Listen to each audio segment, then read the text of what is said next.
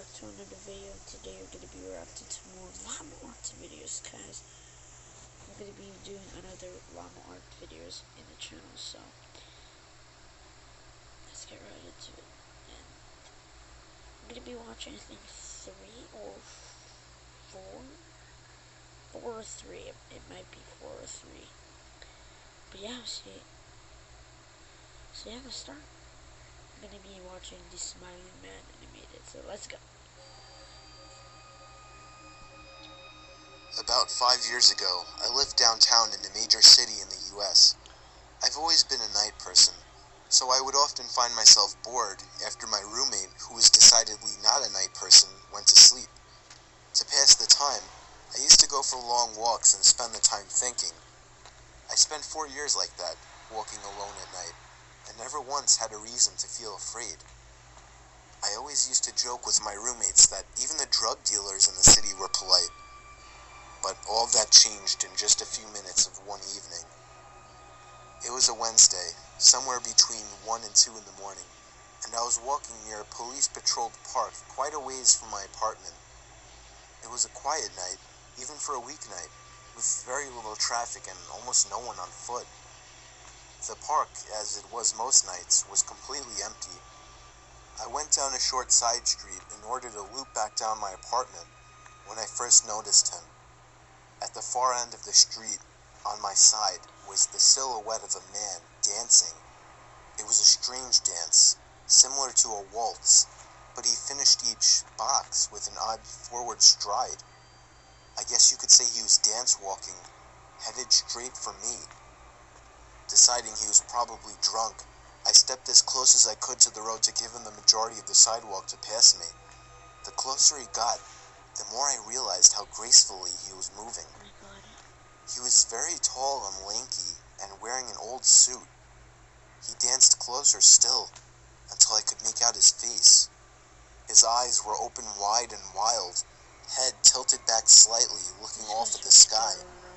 His mouth was formed in a painfully wide cartoon of a smile. Between the eyes and the smile, I decided to cross the street before he danced any closer. I took my eyes off of him to cross the empty street. As I reached the other side, I glanced back, and then stopped dead in my tracks. He had stopped dancing and was standing with one foot in the street, perfectly parallel to me.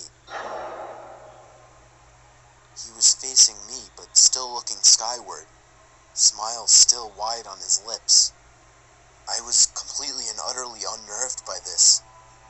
I started walking again, but kept my eyes on the man. He didn't move. Once I had put about half a block between us, I turned away from him for a moment to watch the sidewalk in front of me. The street and sidewalk ahead of me were completely empty. Still unnerved, I looked back to where he had been standing to find him gone.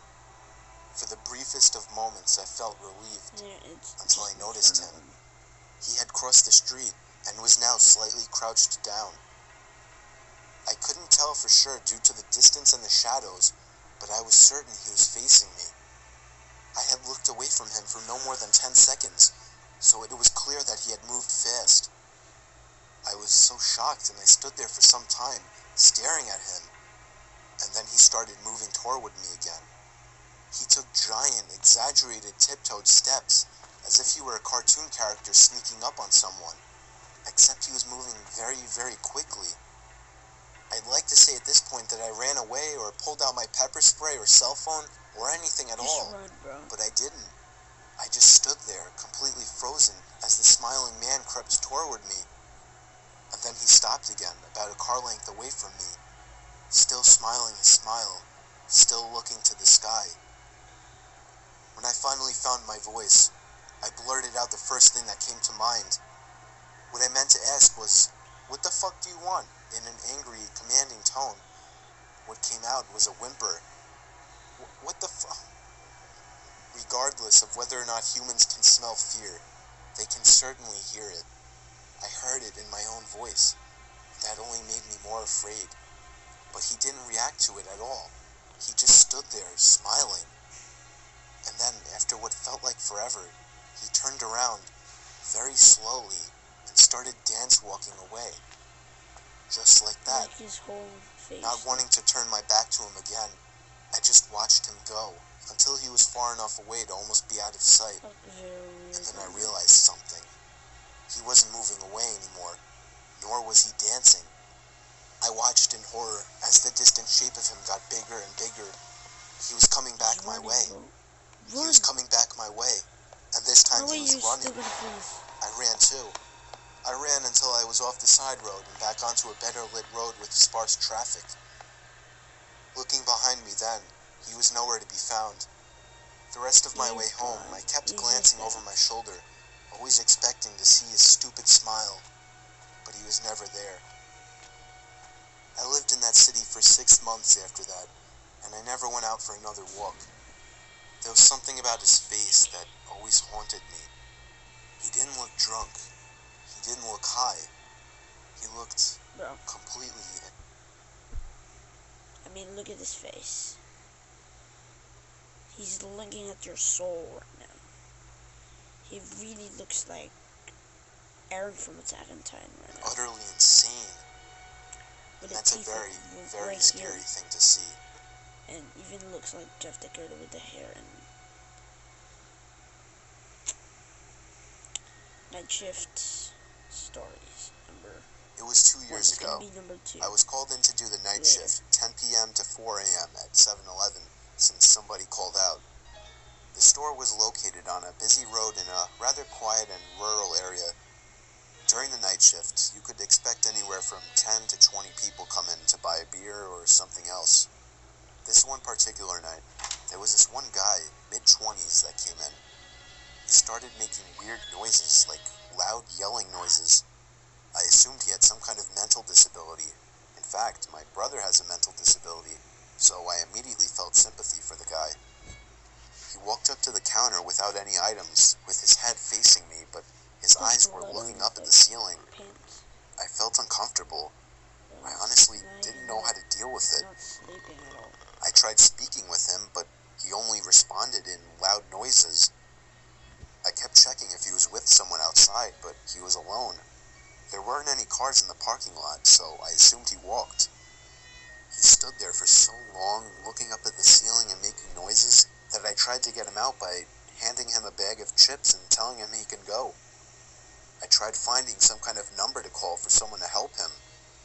Then, out of nowhere, he finally turned around and walked out of the store. That was weird. I felt so horrible for the man, but at the same time, I felt a bit creeped out. About an hour later, the phone on the counter rang. I picked up to hear the familiar yelling sounds of the man from earlier. It caught me off guard. I didn't know what to think, other than this has to be some kind of prank.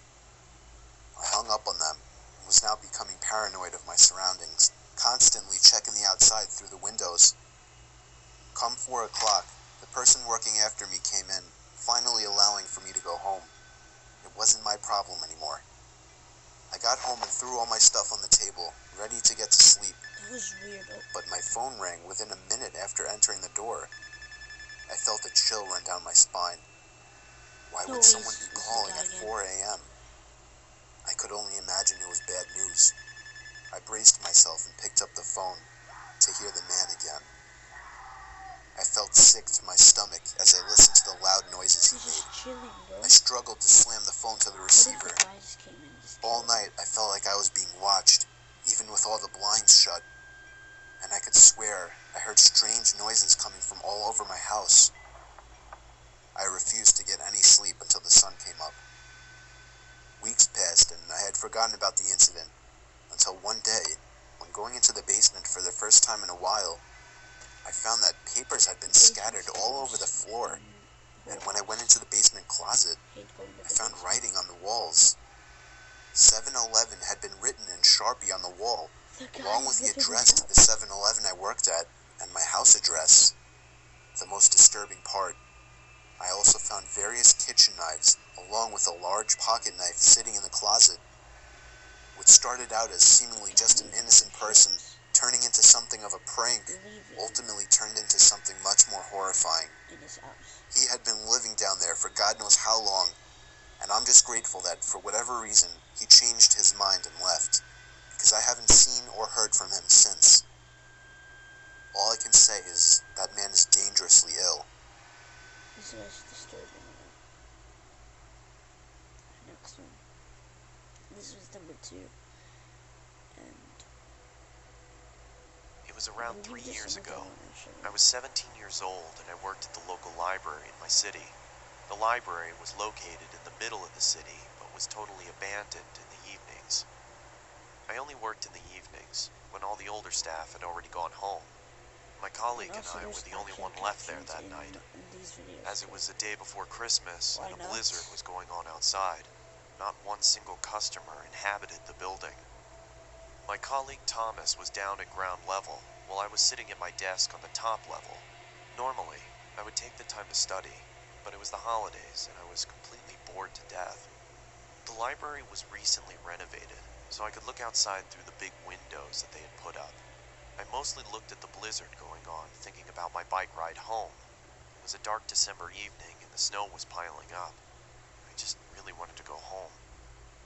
It's really snowy out there, Tom. What do you say we close up early? No one's gonna show up anyway. Over.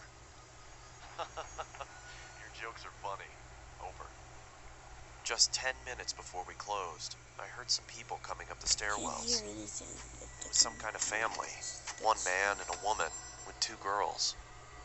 When they came through the door, I immediately saw that they weren't ordinary.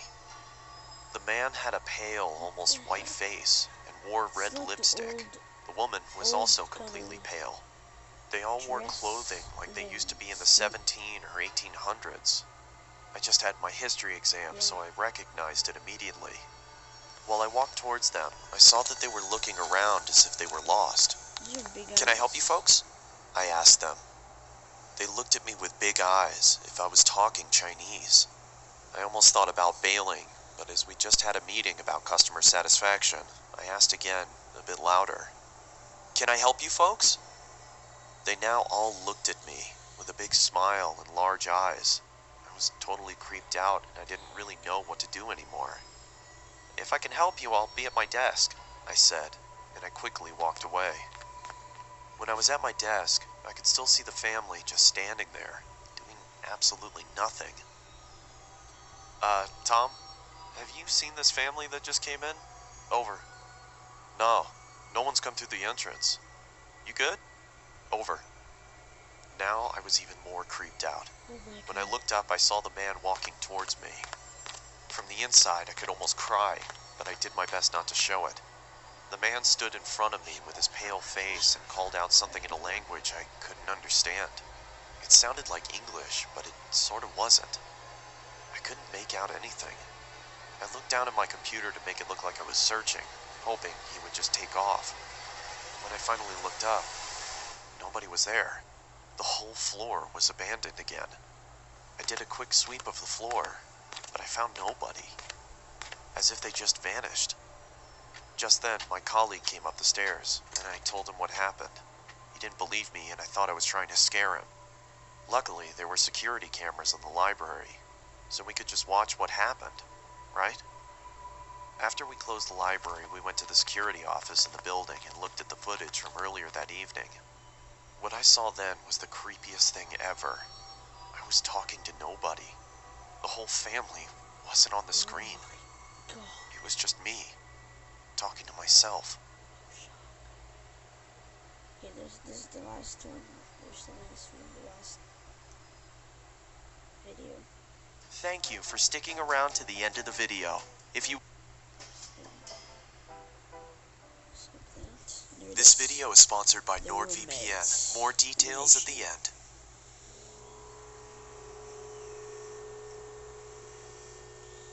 Looking for a new roommate is always a daunting task. Even though you interview and take the time to get to know that person, you don't truly find out who they are until you start living with them. I had begun searching for a roommate after I decided to leave my current residency.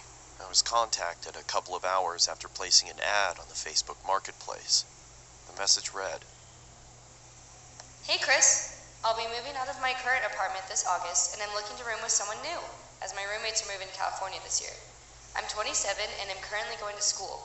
When I'm not at school, I enjoy hiking and watching movies. I also apprentice at a taxidermy shop on the days I don't have class. Hope that's not weird. It's always been a fun hobby of mine. Anyway, I'm looking forward to hearing back from you.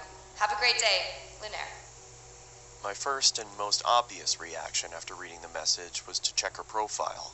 She was of medium height, had long, messy blonde hair and green eyes. In her profile picture, I saw her standing with a man and a woman shoulder to shoulder. They each adorned goofy grins and held up peace signs. Under the photo, the caption read, "Love my roommates." I smiled to myself and decided to send her a message back. The sun beat down on us as we hoisted various objects to the second floor of our new apartment. It took us a couple days to get everything out of the moving trucks and into our new place, but as soon as we did, a wave of relief washed over our sweat-drenched and sore bodies. After a couple more hours of rearranging, we each grabbed a beer from the fridge and sat on the porch. We reminisced about old 90s cartoons and what video games we obsessed over as kids, and as the sun started to set, I truly felt relaxed and confident that things were going to work out. A week later, I started a new job for a construction company that was owned by a good friend of mine. As I was getting ready, I heard the front door swing open. I walked into the living room to see Lunaire and her friend David sliding in a large box. "What you got there?" I asked. Through a strained grunt, she replied, I bought a freezer to store some of the animals I'm planning on using in my taxidermy work. I hope that's alright.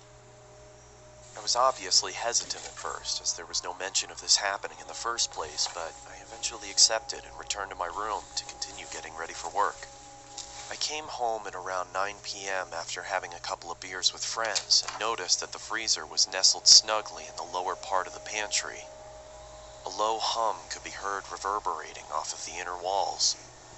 I was curious to see what was inside, but didn't want to intrude on Lunaire's business, so I went into my room and changed into more comfortable clothing.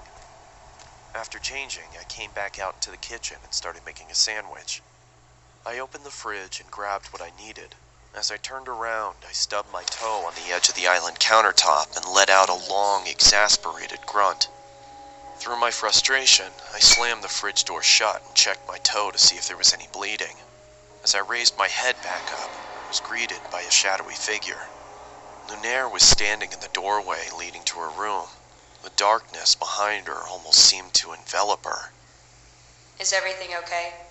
She said in a deadpan tone. "Shit, yeah, I'm sorry. I just slammed my toe into the corner of the countertop as I was making a sandwich. I hope I didn't wake you." It's fine. She said in the same deflated tone as before. She then turned around and walked back into the darkness of her room. I could tell that she was pissed, so I quietly made my sandwich and retreated back to my room as well, only hearing the low hum from the freezer as I closed my door. I had the next day off, so I was able to sleep in a little longer than usual. When I finally emerged from my room, I walked into the kitchen to make breakfast. As I opened the refrigerator, I noticed that the light wasn't turning on and there was a lack of cold air escaping from inside. I turned around and flipped the light switch to confirm my suspicion. Sure enough, the power was out. "Damn it," I muttered under my breath. I walked over to Lunaire's room and knocked on her door to tell her about the power outage if she didn't already know, but there was no answer. I then remembered that she had classes that day and probably wasn't home. I walked back to the kitchen and past the pantry. As I did, I slipped on the floor but was able to catch myself on the countertop. "What the?"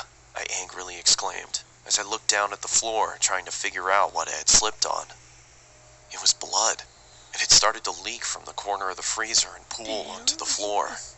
I quickly tried to open the freezer to find out the cause of the viscous liquid, but then I noticed that it had a padlock attached to it. I don't remember seeing that before. I ran out to my car and grabbed my toolbox from the back seat. I approached the freezer and set my tools down on the nearby countertop. I then pulled out a small pair of bolt cutters and snapped through the metal of the padlock. It fell to the ground with a large thud. I creaked open the top of the freezer and was greeted with a putrid stench that permeated my nostrils. I quickly pinched my nose and walked away gagging in response. "I guess I should have realized that was going to happen," I muttered to myself in between gags. After gaining my composure, I grabbed some gloves from under the sink and started taking inventory. I could see a couple of dead birds and plastic bags wedged into the corners of the freezer. I took each bag out and set them in the trash can nearby. That's when I noticed that the blood was coming from the corner of the larger black bag.